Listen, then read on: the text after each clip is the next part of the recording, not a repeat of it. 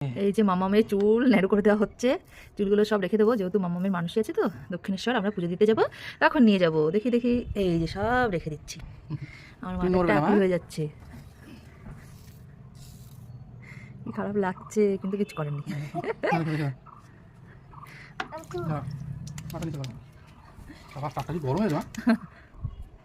মামামের থেকে আমার বেশি কষ্ট হচ্ছে। দেখি মা, একটু দেখি, মা তাকাও, মা তাকাও, একটু তাকাও।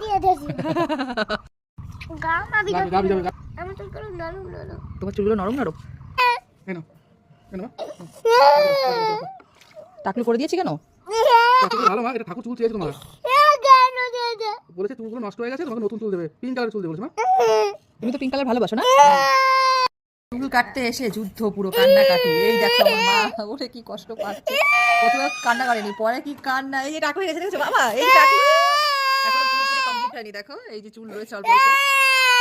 ওরে কান্না রে আমার মাটা, কি টাকলু করে দিয়েছে বাবা? ওলে বাবা।